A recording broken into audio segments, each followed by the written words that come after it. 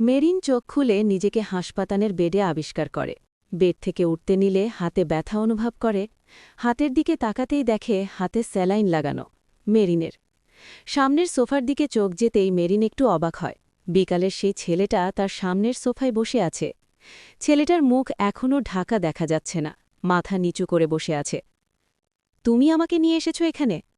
মেরিনের কণ্ঠ শুনে ছেলেটা মেরিনের দিকে তাকায়। সেই দৃষ্টি অদ্ভুত তীক্ষ্ণ। সেই দৃষ্টিতে মেরিন একটু অস্বস্তি বোধ করে। ছেলেটা ভরাট কণ্ঠে জবাব দেয়, আপনি রাস্তায় পড়েছিলেন, তাই হসপিটালে নিয়ে এসেছি।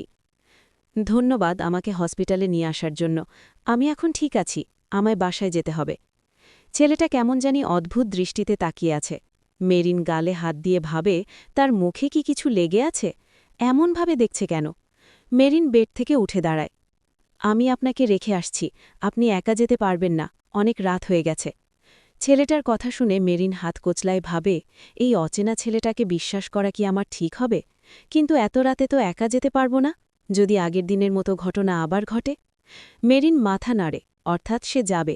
মেরিন ছেলেটার দিকে ইতস্ততভাবে তাকিয়ে বলল, আপনি যান, আমি হসপিটালের বিল দিয়ে আসছি।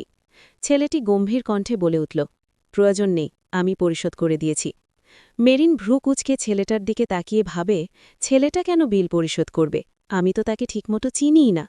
মেরিন কিছু বলতে যাবে তার আগেই ছেলেটা মেরিনকে পাত্তা না দিয়েই সামনে হাঁটা ধরল। মেরিনও ছেলেটার পিছনে পিছনে হাঁটা শুরু করল।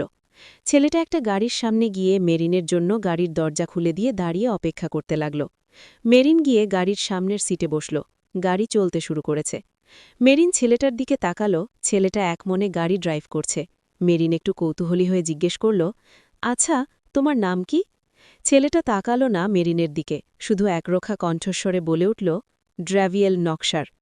মেরিনের কি যেন হল, নামটা শুনে মেরিন স্তব্ধ হয়ে বসে রইল। ভাবতে লাগল, আমি কি এর আগেও এই নামটা কখনো শুনেছি? আমাদের কি এর আগেও দেখা হয়েছিল ড্র্যাভিয়েল? হয়তোবা। ড্র্যাভিয়েল অদ্ভুত দৃষ্টিতে তাকায় মেরিনের দিকে। তোমার চোখ দুটো অনেক সুন্দর ড্র্যাভিয়েল। মেরিন হাত দিয়ে নিজের মুখ চেপে ধরে। মেরিন বুঝতে পারে সে কী বলে ফেলেছে। মেরিন লজ্জায় চুপচাপ মাথা নিচু করে বসে থাকে। ড্র্যাভিয়েলের অভিব্যক্তি বোঝা গেল না। একটু পর ড্র্যাভিয়েলের গম্ভীর কণ্ঠ ভেসে এল, আপনার নাম কি? মেরিন একটু হেসে ড্র্যাভিয়েলের দিকে তাকিয়ে বলল, মেরিন অলিভা। ড্র্যাভিয়েল, তুমি আমাকে তুমি বলতে পারো। আমি যদি ভুল না হয় তাহলে তুমি আমার সমবয়সী বা আমার থেকে একটু বড় হবে। ড্র্যাভিয়েল আচমকা গাড়ি ব্রেক করব। আচমকা এমন হওয়ায় মেরিন একটু সামনের দিকে হেলে গেল। তোমার বাড়ি এসে গেছে।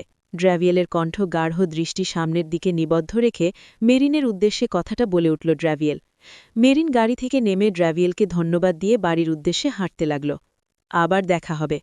ড্র্যাভিয়েলের কণ্ঠস্বর শুনে মেরিন পিছনে ঘুরে তাকাল। মেরিন এক দৃষ্টিতে তাকিয়ে রইল। ড্র্যাভিয়েল চলে গেছে অনেকক্ষণ আগে। কিছুদূর যেতেই ড্র্যাভিয়েল আর তার গাড়ি এমনভাবে উধাও হয়ে গেল যেন এর কোনো অস্তিত্বই ছিল না।